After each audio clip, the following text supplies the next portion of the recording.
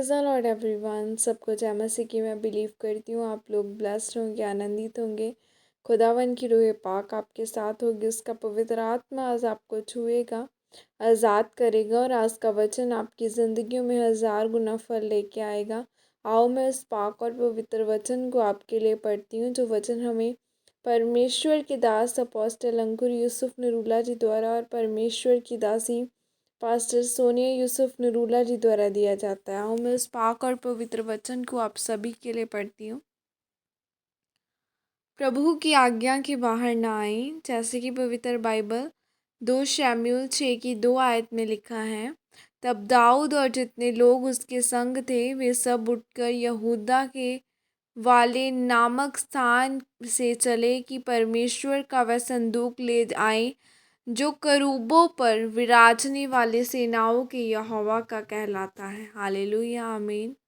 मेरे प्रियो, बाइबल में लिखा है कि दाऊद ने फैसला किया कि क्यों ना परमेश्वर का संदूक लेके आए, क्योंकि दाऊद जो था वह परमेश्वर से प्यार करता था। और बाइबल बताती है परमेश्वर ने कहा था, मुझे मेरे दिल के मुताबिक चलने वाला एक व्यक्ति मिल गया, जिस पर मैंने अपनी योजना प्रकट करूँगा, जो मेरे लोगों की अगुवाई करेगा। लेकिन इंसान जो है, जो गलती कर सकता है, जो दाऊद ने यहाँ घर पर की।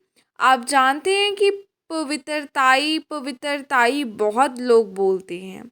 कई लोग सोचते हैं अगर मैं गलत किसी के साथ संबंध में नहीं हूँ तो मैं पवित्रताई में हूँ। यह पूरा सच नहीं है, ये आधा सच है, क्योंकि वह पवित्रताई का एक हिस्सा है, पूरी पवित्रताई नहीं है। व्यभिचार न करना पवित्रताई का एक हिस्सा है, चोरी न करना पवित्रताई का एक हिस्सा है, मूर्ति पूजा, लंगर प्रसाद न खाना, यह भी पवित्रताई है। तो सब हिस्से पूरे करने से आप उत्तम बनते हैं। मेरे प्रियो, परमेश्वर ने कहा था, जब तुम मेरा संदूक कई एक स्थान से दूसरे स्थान में लेके जाना तो कभी भी गाड़ी का इस्तेमाल मत करना। उसे कंधों पर लेकर जाना और लेवी लोग उसे उठाएं। एक नियम जिसे हम बोलते हैं कि परमेश्वर ने बनाया था। जैसे प्रधानमंत्री का एक नियम है कि जब भी वह कहीं आएंगे तो एक प्राइवेट होटल में नहीं रह सकते, उन्हें सरकारी भवन में रुकना पड़ता है। यह नियम है उनका।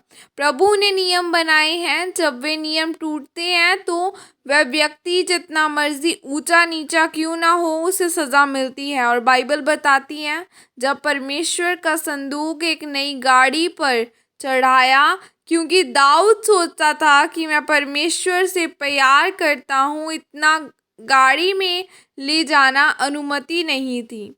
आप इतने बड़े नहीं हो कि प्रभु को मदद कर सको, उसके वचन के बाहर जा सके और बाद में बोलो कि मैंने वह काम किया, मैंने इतने काम किए नहीं।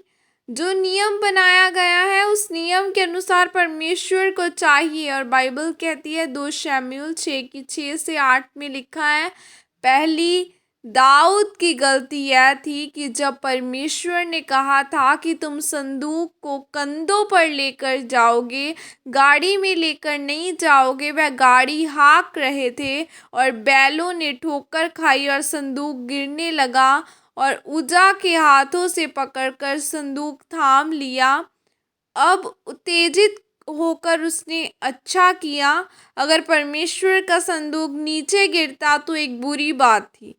अब कौन चाहता उसका धार्मिक संदूक, जिस पर परमेश्वर के हाथ की लिखी हुई पट्टियां हैं, जब ज़मीन पर गिरे तो परमेश्वर को उसे इनाम देना चाहिए था, पर परमेश्वर ने उसे मार दिया और दाऊद अप्रसन्न हो गया। कहता है कि यह क्या बात हो गई कि उसने तो तेरा काम किया, तेरे संदूक को गिरने से बचा लिया और तूने उसे मार दिया क्योंकि उन्होंने परमेश्वर की आज्ञा तोड़ी।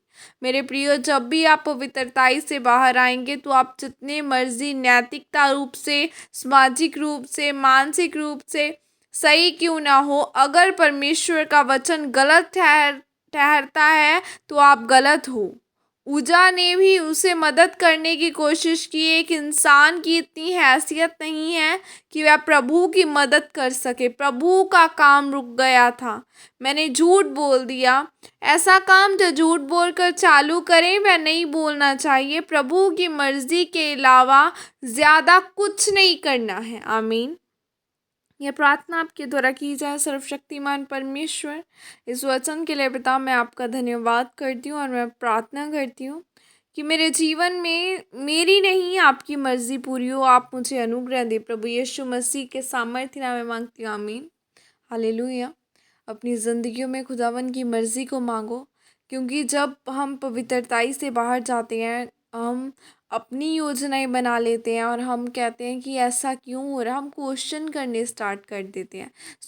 वो क्वेश्चन से अगर हमें दूर रहना है तो हमें पवित्रताई में चलना होगा, वचनों को पढ़ना होगा, बाइबल को रीड करना होगा, पवित्रताई में चलना होगा, प्रार्थना करनी होगी, रोज़े रखने होंगे, ड्राई फास्टिंग में रहना होगा। देखो बाइबल में एस्तर किस तरह से 3 दिन रात के रोज़े उसने रखे। उसने आप ही नहीं रखे बल्कि अपने लोगों को भी बोला रोज़े रखो कि जब मैं राजा के पास जाऊं तो खुदा की मर्जी पूरी की जाए। और परमेश्वर के कहे अनुसार उसने बोला।